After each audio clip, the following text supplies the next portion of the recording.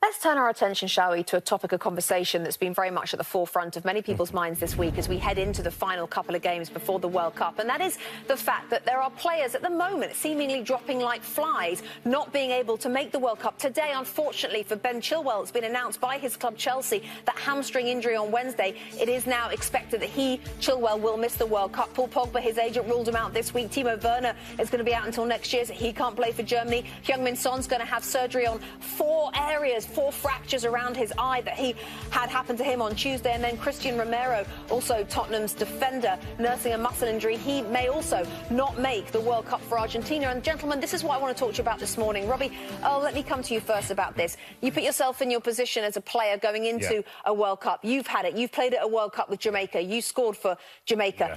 You had, I'm hearing, you told me earlier on, an injury going into that World Cup. Just tell us about the mindset of these players today when they're going in 50-50. Are they going to try and hold back because they don't want to get injured? So I can talk from personal experience, but I think I talk as pros would, Rebecca. The first thought as you run on the pitch is, there's something in my head that goes, today, mate, calm down. We want to get to a World Cup final. The voice in your head is just saying, be careful. This isn't the beginning of a game. It's the beginning of the game. Then the game kicks off, and instinct takes over, and your muscle memory takes over, and you've been at a professional club since you were 10 years of age, and these things that you just do without thinking. So a ball bounces between me and a Southampton goalkeeper back in the day. It's a 50-50. We go in, collision. I've got pain. I've got a broken and fractured toe. I'm in trouble for the World Cup. But never once did I think of not going for that ball, of not trying to score that goal, because that's what it is, Rebecca. And as much as subconsciously I might have thought, I've got to take my time here, my football instinct took over, and that's what will happen to every player who plays between now and the World Cup. Your football instinct comes before any kind of subconscious or sort of hand up that you put on to stop you. This is so unique, of course, because if you get a little injury at the end of a normal season ahead of a World Cup, then you're still going to make the World Cup if you have a small injury, because there's always that gap before the World Cup. The fact that the players have been put in this position, Robbie, is a whole other conversation. How do you see it? Do you think we're going to see some players holding back?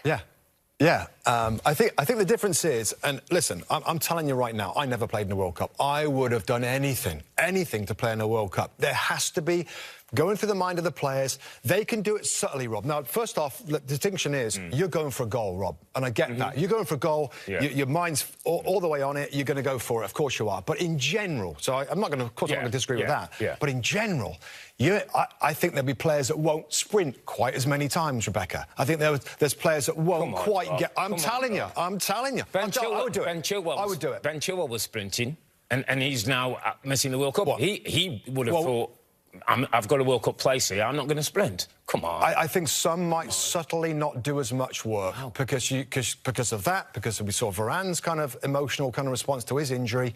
I think you can coast through a game. This weekend of games is the last weekend of big games with the Big Six. There's massive games. Next weekend, if you look at the fixtures, not quite so much. So, you know, maybe we're going to see some picking and choosing when you. All I'm saying is, listen. You've given your personal experience. All I'm saying is, if I was in that situation, I am absolutely being a bit careful, which is unprofessional. It's not the right thing to do, but I'm thinking of a World Cup, Rebecca. A World Cup. I would subtly not quite do as much as I would normally. Let me ask you one sneaky question. And this is insinuating nothing, let me just add. Harry Kane's on 4 yellow cards.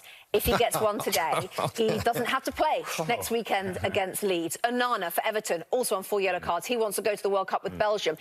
Does that at all play into it? I mean, back in your day, you used to get a yellow card on Mustoe first, because he's the one. It's Devious Lady Low this morning, for sure.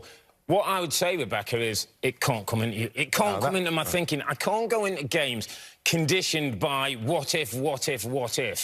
I've got to play the game, Rebecca. It's not a what if, it's a I'm going to get a yellow card. That's what you're saying. I'm going to get a yellow card because I get an extra week. Miss next week? Well, I wouldn't. No, I wouldn't do that. To go to the World Cup? Yeah, but and to get the extra week. Wants to win the Golden Boot. He wants to score goals. Yeah, I wouldn't be doing that. I'd do other things. OK, I had to ask it. Hi there, I'm Rebecca Lowe, studio host for NBC's coverage of the Premier League. Don't forget to hit subscribe to watch more videos all season long. For even more Premier League content, from original series to live matches, head over to Peacock and be sure to tune in for Premier League mornings every weekend on USA Network and on Peacock. We will see you over there.